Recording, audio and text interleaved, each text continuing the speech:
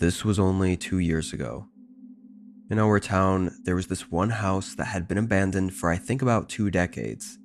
It was an older place, nestled away in the trees, and after nobody would buy it, everyone just forgot about it.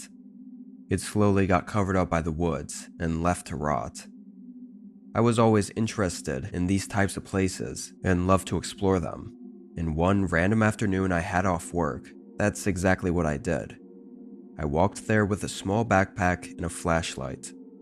Usually I'd go with friends, but this house was so close by and seemed less significant than other places we'd been to, so I didn't bother. The driveway going into the woods was almost completely gone. Grass had grown over the gravel. I marched my way through it, eventually taking my flashlight out so I could see better. The house was deeper into the woods than I'd remembered. I felt like I walked for 5 or 6 minutes before getting there. It was an old wooden home, built before garages were even a thing. I guess it kind of looked like a large 2-story cabin. I walked up to one of the front windows, which was broken, and leaned my head through it. I listened to the inside for 30 seconds to make sure I was alone. Then, after hearing nothing, I went to the front door. The door was unlocked and already slightly cracked open, so I just pushed it wide open and walked in. The inside was decaying all around. Disturbingly, there was still stuff in here from whoever owned it all those years ago. The living room had an old sofa, all torn up and dusty, and there were several picture frames that had fallen off the walls and shattered. I walked through the first floor, looking at all the left behind things, curious about what I'd find out about this place. The floor was small though. After just a minute or two, I went upstairs to the second floor. The stairs were creaky and shaky.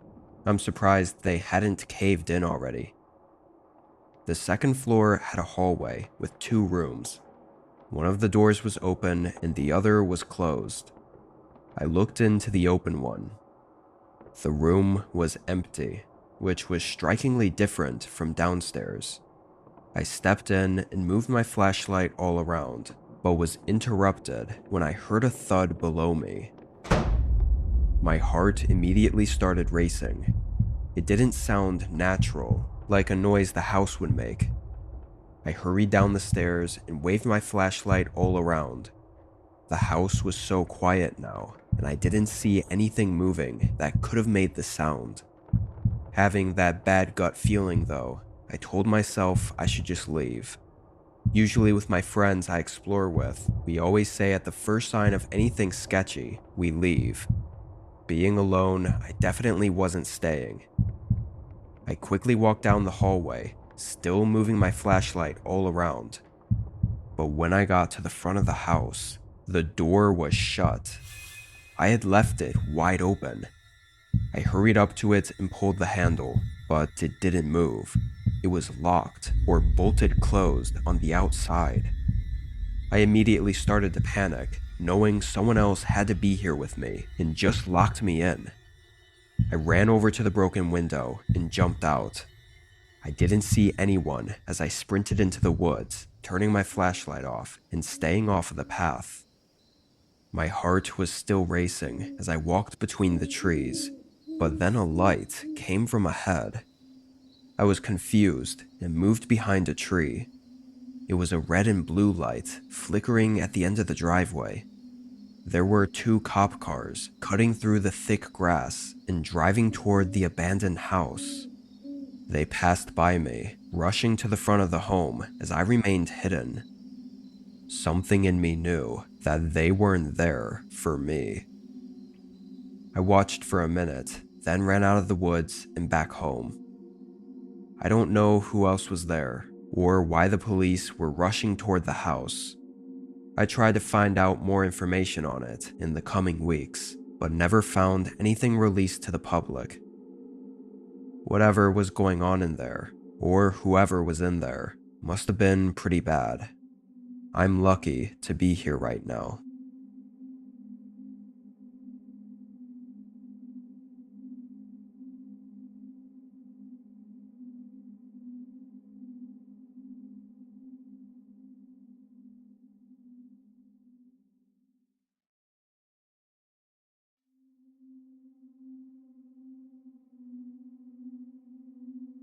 It was 2016. I lived with my two best friends, who I'll call Jason and Andrew for privacy. We were all roommates in an apartment in the city while we finished up our last year of college. Because we were all in school and had jobs, we didn't often have a lot of free time. When we did though, our usual activity that we all enjoyed was hiking, or I guess just exploring in general. Sometimes we'd go on trails, or just drive to a random town we hadn't been to before and walk around. This week, we all had Friday and Saturday off, so we wanted to find something to do on Friday night. Andrew had happened to hear from a friend earlier about this decommissioned factory on the outside of the city. It sounded cool, or interesting at the very least. None of us had done something like this before though, so we were all hesitant, but in the end we said screw it and just decided to check it out. We hopped in Jason's car and drove to the edge of the city. We live in the Midwest, so the city sort of abruptly ends and turns into flat land that goes on as far as you could see. That was basically where this factory was. We didn't know its exact address, if it even still had one, but we found it on Google Maps using the satellite view. We parked a block away at a gas station, then got out and walked the rest. The whole street to get there was empty. No cars or people anywhere. It almost felt like the entire block was abandoned. The factory building was way bigger than any of us were expecting. It was massive, with railing-type structures all over the outside, and tons of graffiti in places I don't even know how people were able to get to. The chain-link fence had barbed wire across the top, but in several spots it had clearly been cut open and moved from others sneaking in. We crawled over and made our way up to the metal door at the front, which was already open. As soon as we stepped inside, chills ran through me. The whole building was swaying, and the metal was creaking and groaning. It was windy outside, so it made sense, I guess, but it still added to the eeriness of the place. All the lights were off, of course, so our only light was some cheap flashlights Andrew had lying around his house. This main room we were in was full of huge, rusted machinery and narrow pathways between them. We all stayed in that room and kind of just wandered around. Eventually, I wandered to the end of the room and into a hallway, but before entering, I checked over my shoulder and saw one of my buddies was not too far behind me. I couldn't tell whether it was Andrew or Jason because they were in the dark by one of the machines, but I figured they saw me, so I was good to keep going without risking splitting up and getting lost. I started walking down, making it to another metal door and going through it. Just as I was walking into the next room and the door started closing, I heard footsteps coming down the hallway from the end I had just come from. Thinking it was Andrew and Jason, I kept walking and shined my light around the room. There were more machines, like a conveyor belt type thing, in the middle of the space, but along the ceiling was a walkway, or a catwalk, and I could see a ladder hanging down on the other side. As I was looking, I heard the door open and close behind me. I called out my friends' names and turned around to tell them what I saw, but when my light hit the door, they weren't there. There was no one. I almost thought I was crazy for a second, but I knew I heard the door open. Andrew? Jason? Their names rang across the room, but they didn't reply. I started carefully walking over to the door, feeling my mind start getting worried. I opened the door and shined my light down the hallway. It was empty. What the hell? I didn't have time to think before hearing a slight crumble on the ground behind me. I whipped my light around. Standing maybe 6 or 7 feet from me was some deranged-looking man. He had long hair and a messy beard and these strange, glazed-over eyes. He instantly started sprinting at me, like he was trying to tackle me. I backed into the hallway and slammed the door on him, then sprinted for the other end. I could hear my buddies calling out to me, like they were trying to find me. I ran into the room and yelled at them to leave. We all ran out. We made it to the fence and left. I explained to them what happened on the way back to the car. Whoever that guy was hiding in the building had followed me into the hallway and into the room where I was alone. Obviously, he was trying to wait for me to split off from the group before attacking me. What he really would have done, I'm lucky to have not found out. Since then, we haven't tried anything like that again.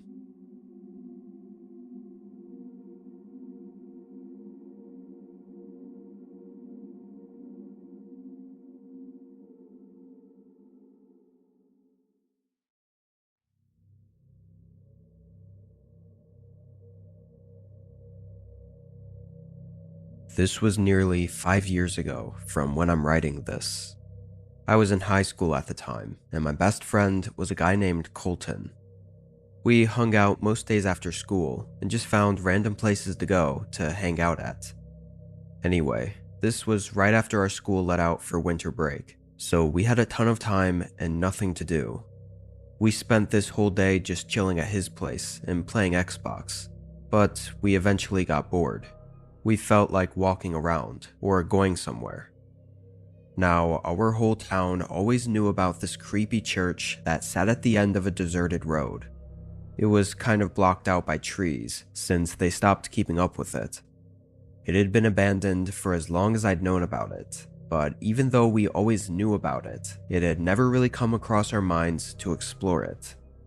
When I was a kid, I was always terrified of it, but for some reason now, I was a little bit more intrigued. So when me and Colton were walking around the edge of town and happened to pass by the deserted road to the church, we decided to check it out. At least to walk down the road and see what it looked like nowadays, and if nobody else was there, maybe look inside. It was already dark out, but the moon was bright enough for us to still kind of see where we were going. We also had our phones on us in case we needed a flashlight. The road was awful. It was cracked and had thick vines and bushes growing between the pavement. By the time we got to the end of it and looked back, we couldn't even see the street we'd just come from. Looking at the church, though, it was way creepier than I'd remembered. It looked like the forest had engulfed it. Even the fence going around the courtyard was almost unrecognizable because it was drowning in the tall plants that covered it. We made our way through a broken section. It was very quiet as we approached the church. We didn't see any lights or hear anything to indicate anyone else was here, so we walked up to the large entrance door and pushed it open. The sound it made was like bending wood, creaking and scraping its way across the floor. It echoed through the whole room. Both of us stayed at the doorway for a minute and just looked from there. What was really odd, and also kind of creepy, was that the whole room, full of rows of benches, looked almost untouched. There wasn't any debris anywhere, or even graffiti like you'd expect from an old place like this. I stepped in, and Colton followed behind me. I slowly walked down the aisle, just looking around at everything. Each step we took echoed throughout the vaulted ceilings, but when we got closer to the end, there was a sudden thud. It rang through the whole church. Both of us jumped and quickly got our phone flashlights out. We couldn't tell where it came from though. The sound kind of took over the whole building and echoed all around. We stood still and moved our lights around, looking for anything that had caused the sound, but we really saw nothing. Colton thought he saw another room closer to the entrance, and maybe something had fallen over in there. Regardless, we kept exploring. I walked to the end of the hall where the podium was. I stood up there and looked back down at the way we came. It was so dark by the entrance, even my light couldn't reach that far. After a minute, Colton said he wanted to check out the other room, so we both headed over there. On the side wall was a door. I opened it and shined my light in. From just a quick look, I couldn't tell what the room was. We walked in and looked around. There were chairs stacked up against the wall and a bunch of boxes everywhere, like storage or something. While we were in there, we heard a subtle sound. We both stopped moving. It was a light thump, and then another. It sounded like someone walking down the aisle we just came from. Both of us froze up. The sound was coming from the podium area, walking down toward the entrance. We could only see out the thin crack in the doorway of the room we were in, but we stared at the darkness out there and waited as the sound got closer. Then, for a split second, someone crossed through the dark and out the front entrance door. The footsteps then stopped, and we held our breath as we waited, before we heard the door creak closed. We looked at each other in fear. Neither of us knew whether to try running away, or hide, or what to do. We ended up just waiting in fear for several minutes, until we thought whoever it was had left the area. Then we sprinted out of the room and out the entrance. We didn't stop running until we got down the deserted road and onto the street. We don't know who was in there, but they came from the end of the church that I had just been at. There was no doorways over there, so they had to be hiding or something, somewhere right next to me. That is, if it even was a person. At this point, years later, I can't even say anything is for sure.